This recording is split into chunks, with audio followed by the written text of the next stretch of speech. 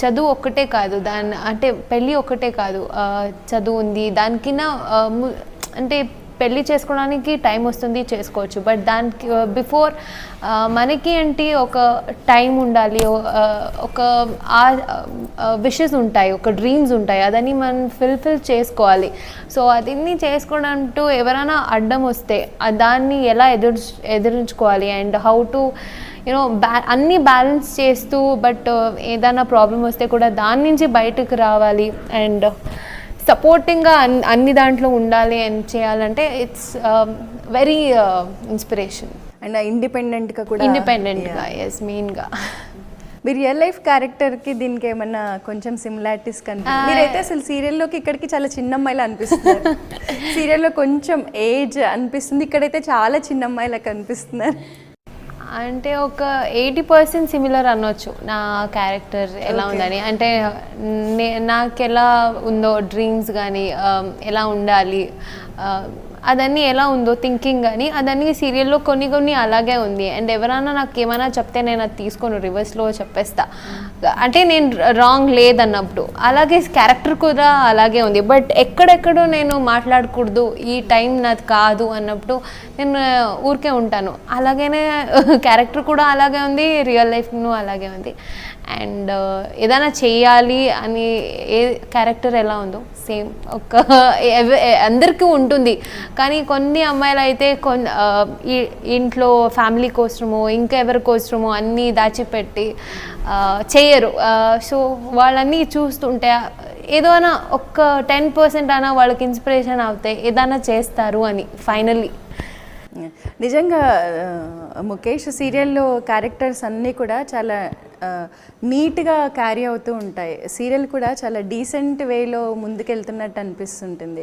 అంటే over dramatisation ఓవర్గా లేకుండా కొంచెం రియాలిటీకి దగ్గరగా మీ ఫాదర్ క్యారెక్టర్ కానీ జగతి గారి క్యారెక్టర్ కానీ చాలా మీ డైరెక్టర్కి చెప్పండి, చాలా బాగా సీరియల్ని తీసుకెళ్తున్నారు ముందుగా. యాక్చువల్లీ డైరెక్టర్ గారు మాత్రమే కాదు, దీనికి రైటర్ వచ్చేసి ఉషారాణి గారు అన్నారు ఉన్నారు, వాళ్ళు కూడా అంత కనెక్ట్ అయ్యి రాస్తున్నారు. అండ్ డైలాగ్స్ కూడా ఆది గణేష్ అని ఒకరు చేస్తున్నారు. వాళ్ళ కాంబినేషన్ చాలా బాగుంది. అంటే వాళ్ళు మనకి అంటే మమ్మల్ని ఆ థాట్స్లో పెట్టుకుని రాస్తున్నారు. అంటే రిషి ఇలా చేస్తేనే ఈ రియాక్షన్, నేను ఇప్పుడు ఇవాళ ఏం రియాక్షన్ ఇచ్చానో నెక్స్ట్ సీన్కి అది ప్లస్ పాయింట్ అవుతుంది వాళ్ళకి. అంటే ఓ ఇలా ఇస్తాడు అంటే దీనికి ఇంకా ఏం చేయవచ్చు ఏం ఇవ్వచ్చు అని వాళ్ళు ఆ ఇమాజినేషన్లో మంచిగా రాస్తున్నారు. దానిలో ఇంకా వేరే వర్డే లేదు. అండ్ ఇంకొకటి డైరెక్టర్ కూడా ఇలా ఉంది, ఈ క్యారెక్టర్ ఇలా ఉందంటే దీనికి ఇక్కడ ఒక టైం తీసుకొని చేయాలి, ఇలా ఈ క్యారెక్టర్ది ఎమోషన్స్ బయటికి ఇలానే రావాలని చాలా టైం తీసుకొని చాలా మంచిగా రాస్తున్నారు. కొన్ని డైలాగ్స్ అంటూ నాకు చాలా ఇష్టం అవుతుంది. అంటే మర్చిపోతాను నేను కొంచెం, అంటే మంచిగా కనెక్ట్ చేస్తారు. ఎప్పుడో అయింది అది ఎపిసోడ్, ఫస్ట్ డేనో సెకండ్ డేనో ఎప్పుడో ఉండే ఎపిసోడ్లో ఉండే డైలాగు ఇప్పుడు ఇవాళ వస్తుంది కదా ఎపిసోడ్, దాన్ని కనెక్ట్ చేసి రాస్తారు. అంటే వాళ్ళ మైండ్లో ఫస్ట్ డే ఏం రాశారో అది ఇప్పుడు దాకా ఆ గుర్తులో ఉంది ఒక్కొక్క సీన్లో కూడా. సో అవన్నీ కనెక్ట్ చేస్తారు కదా, అది నాకు చాలా. అండ్ మీ క్యారెక్టర్ కూడా చాలా డిఫరెంట్గా డిజైన్ చేశారు ఈ సీరియల్లో. స్టార్టింగ్ టు ఎండింగ్ ఒకటే టైప్ ఆఫ్ ఎమోషన్స్ని క్యారీ చేస్తూ ఒక యాంగర్ థింగ్స్ని ఎక్కువగా మీరు ఎమోట్ చేయాల్సి ఉంటుంది కదా. సో రిషి క్యారెక్టర్ ఎలా అనిపించింది? రిషి క్యారెక్టర్ నాకు తేడా ఏం లేదు, నాకు రిషి క్యారెక్టర్కి నేను కూడా అలాగనే. అంటే ఇంట్లో ఉన్నప్పుడు లేదు, ఆఫ్ స్క్రీన్ అలా ఉండడు, అంత కోపం అని చేసుకోడు. కానీ కోపం వస్తే ఏంటో నాకు తెలియదు, నేను చూడలేదు. నాతో కోపం వస్తే నాకు అది కంట్రోల్ చేయడం కష్టం. అంటే ఇంట్లో అలా ఉంటాను, కొంచెం ఫ్రెండ్స్తో అలా ఉంటాను, అంటే నాకు చాలా క్లోజ్లో ఉన్న వాళ్ళతో అలా ఉంటాను. అలానే ఈ క్యారెక్టర్ కూడా అలాగే ఉంది. అంటే డాడీతో అంత ప్రేమ ఉంది, డాడీ అంటే నాకు అంత ఇష్టం సీరియల్లో. బట్ వాళ్ళ మీద నాకు చాలా కోపం చూపిస్తాను అక్కడ కూడా. ఆ కోపంలోనే ప్రేమ ఉంటుంది, ఆ కోపంలోనే అది యాంగర్నెస్ ఉంటుంది, నా యాటిట్యూడ్ ఏంటి అని చూపిస్తుంది. సో అలాంటివి ఉండే క్యారెక్టర్. సో నాకు అంత కష్టం ఏం అవ్వలేదు.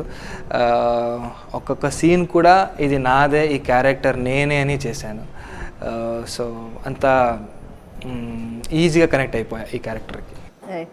సో మేజర్గా ఈ గుప్పెడంత మనసు సీరియల్కి అంత స్టార్టింగ్ డేస్లోనే అంత వ్యూవర్షిప్ కానీ అంత అందరికీ నచ్చడానికి రీజన్ మేజర్గా మీ ఇద్దరి మధ్య వచ్చే కాంబినేషన్ సీన్స్, మీ ఇద్దరి మధ్య నడిచే ఒక కెమిస్ట్రీ. సో జనరల్గా తెలుగులో కొన్ని సూపర్ హిట్ మూవీస్ ఉన్నాయి, నువ్వే కావాలి అని ఇలా. సో అందులో హీరో హీరోయిన్ మధ్య వచ్చే కెమిస్ట్రీకి చాలామంది ఫ్యాన్స్. సో అలాంటి సేమ్ ఇప్పుడు మళ్ళీ మీ సీరియల్లో మీ ఇద్దరి మధ్య కనిపిస్తూ ఉంటుంది. సో చాలామంది కూడా ఆ కెమిస్ట్రీ కోసమే చూస్తుంటారు. మీకు అలాంటి రివ్యూస్ వస్తున్నాయా? వస్తూనే ఉంటాయి, లేదని లేదు. బట్ మన ఇద్దరు కాంబినేషన్స్ మేము గొడవ చేసుకుంటేనే అది కొంచెం అదే టామ్ అండ్ జెర్రీ లాగానే ఉంటుంది. సో ఆఫ్ స్క్రీన్ కూడా అతను అలాగే ఆడియన్స్ ఉంటాడు. కూడా మనము టామ్ అండ్ జెర్రీ లాగా ఉన్నప్పుడే ఇష్టం అవుతుంది వాళ్ళకి కూడా. అంటే ఒక సీన్లో ఓకే ఎట్లా అంటే రియాక్షన్స్ ఇలా ఇలా ఉంటుంది, నేను ఏమైనా కోపంగా చెప్తే ఈమె కూడా కోపంగానే రియాక్షన్స్ ఉంటుంది సీన్లో, అండ్ డైలాగ్స్ కూడా అలాగే ఉంటుంది.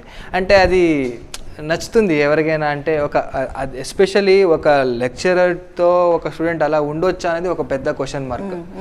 స్టూడెంట్స్ అంటే స్టూడెంట్స్కి లెక్చర్స్ అంటే భయం ఉంటుంది. బట్ ఇక్కడ నీకేం పొగరా అది ఇది అంటాను, నీకేం ఇంత ధైర్యమా నీకు అలా అంటే కూడా ఇది ధైర్యం కాదు, నాది ఆత్మగౌరవం అంటుంది, సెల్ఫ్ రెస్పెక్ట్ అంటుంది. అంటే ఇది ఒక రకంగా స్టూడెంట్స్కి కూడా ఓ ఇలా ఉంటే అది సెల్ఫ్ రెస్పెక్ట్ అనిపిస్తుంది. ఓకే నేను కూడా కాలేజ్లో ఇలా ఉంటాను, నా ఫ్రెండ్స్తో ఇలా ఉంటాను, ఇలా ఇంత కాన్ఫిడెన్స్గా ఉంటేనే కాలేజ్లో నేను ఏమైనా చేయవచ్చు. సో అలాంటి కాన్ఫిడెన్స్ కూడా రావచ్చు స్టూడెంట్స్కి అనవచ్చు. సో అలా ఉంది కాంబినేషన్స్లో. సో యూత్కి చాలా ఇది దగ్గర అయిన క్యారెక్టర్. అవును. సో ఒక్కొక్క సీరియల్ ఒక్కొక్క డిఫరెంట్ ఎక్స్పీరియన్స్ని క్యారీ చేస్తాయి కదా రక్ష. మీకు గుప్పెడంత మనసు ఎలాంటి ఎక్స్పీరియన్స్ ఇచ్చింది సీరియల్? గుప్పెడంత మనసు నాకు యాక్చువల్లీ అదే చాలా దగ్గర అయిన క్యారెక్టర్ ఇది నాకు మేజర్గా. అండ్ నేను అలా చెప్పినట్టే లైక్ నాకు ఈ క్యారెక్టర్ చాలా నచ్చింది మెయిన్గా. And more over I'm happy doing this character. ఎలాంటి ఏమీ లేకుండా కంప్లీట్ సాటిస్ఫైడ్గా చేస్తున్న క్యారెక్టర్ అండ్ హ్యాపీగా ఉన్నాను. సో మీకు తెలుగులో ఫ్యాన్ బేస్ క్రియేట్ అయిపోయింది. సో రెగ్యులర్గా మీ ఇన్స్టాగ్రామ్ కూడా చూస్తూ ఉంటాను, చాలామంది పోస్ట్లో మెన్షన్స్ చేస్తూ ఉంటారు కదా. సో తెలుగులో రిసీవింగ్ ఎలా ఉంది? అదే ఆ మెన్షన్స్లో మీరు చూడొచ్చు. ఎందుకంటే యాక్చువల్లీ నాకు రోజుకి ఒక మోర్ దెన్ 200 మెన్షన్స్ అని ఆ ట్యాగ్ చాలా వస్తుంటాయి. అంటే నేను అన్నీ చేయను, ఏదేదో స్పెషల్గా ఉంటుందో అంటే ఎఫెక్టివ్గా ఏది ఉంటుందో అది చేస్తుంటాను. అంటే ఇది ఎక్కువ అది తక్కువ అనేది కాదు, అంటే రిపీట్ లేకుండా డిఫరెంట్గా ఉండాలని అలా చేస్తాను. అంటే డైలీ ఒక్కరోజు చేసి నెక్స్ట్ డే ఆ గ్యాపే ఉండదు నాకు. ఇన్స్టాగ్రామ్ ఓపెన్ చేస్తే ఆ నోటిఫికేషన్ చూస్తాను, కానీ ఎవరు పోస్ట్ ఎవరిది ఇంకేం చూడను నేను. అది మర్చిపోయారు. ఇంతకు ముందు రీల్స్ చూడేవాడిని నేను, ఇప్పుడు రీల్స్ అని ఆ డిపార్ట్మెంట్ ఉంటుంది కదా ఆ లోగోకి వెళ్ళాను నేను. సో ఇదే చూస్తుంటాను నేను. అంటే వాళ్ళకి అంతా కనెక్ట్ అయ్యారు. మార్నింగ్ నుంచి నైట్ వరకు నా ఫొటోస్ ఎప్పుడెప్పుడో తీసిన ఫొటోస్కి కనెక్ట్ చేసి దానికి ఏమైనా స్టోరీ లాగా ఏమైనా క్రియేటివ్ లాగా చేస్తుంటారు. అంటే వాళ్ళ పేషెన్స్కి చాలా చాలా చాలా thanks. So I'm so happy for the love they are giving to me.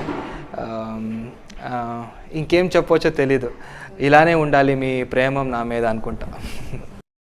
So serial యాక్టర్కి ఉండే ఛాలెంజెస్ ఏముంటాయంటారు? ఫస్ట్ థింగ్ ఏ డే కానీ నైట్ కానీ ఏ క్లైమేట్ కానీ ఎక్కడ అయినా ఏముండదు, ఎక్కడైనా సరే చేయాలి. డ్రైనేజ్లో దిగి చేయాలంటే కూడా చేయాలి. అది ఫస్ట్ ఆఫ్ ఆల్ అదొక ఎథిక్స్ లాగా అయిపోయింది. ఓ నైట్ అయిపోయింది నాకు నిద్ర వస్తుంది చేయనంటే అలా అవ్వదు. నైట్ అయింది చేయాలి అంటే 24/7 we will be entertaining audience. మనకి టైమింగ్స్ అనేది లేదు. అవునా? మార్నింగ్ 6కి స్టార్ట్. మార్నింగ్ నేను ఏ టైం లేచైనా అది ఒకటి చూస్తాను టైంని, ఎందుకంటే అలారం వస్తుంది కదా. సో అందుకే ఇప్పుడే 5:30 అయిపోయిందా, ఇప్పుడే పడుకున్నాను కదా అనుకుంటాను. దాని తర్వాత చూస్తే ఎప్పుడు బ్రేక్ఫాస్ట్ చేస్తామో తెలీదు, ఎప్పుడు లంచ్ బ్రేక్ అనో తెలుస్తుంది, 1:30 అయ్యగానే ఇస్తారు. అది అల్రాము. ఇప్పుడు ముందు ఎండ చూసి చెప్తారు టైమింగ్స్ అంటారు కదా, అట్లా మేము బ్రేక్ ఎప్పుడు ఇస్తుంది, ఓ ఇది మధ్యాహ్నం, ఇది ఈవినింగ్ అలా అనుకుంటాము. ఇప్పుడు స్నాక్స్ టైం లాగా. అండ్ నైట్ అనేది కూడా మనకి ఈజీగా 10 o'clock వరకు అయిపోతుంది. అంటే ఇప్పుడు మార్నింగ్ 6కి స్టార్ట్ అయ్యి ఈవినింగ్ 6కి ప్యాకప్ అలా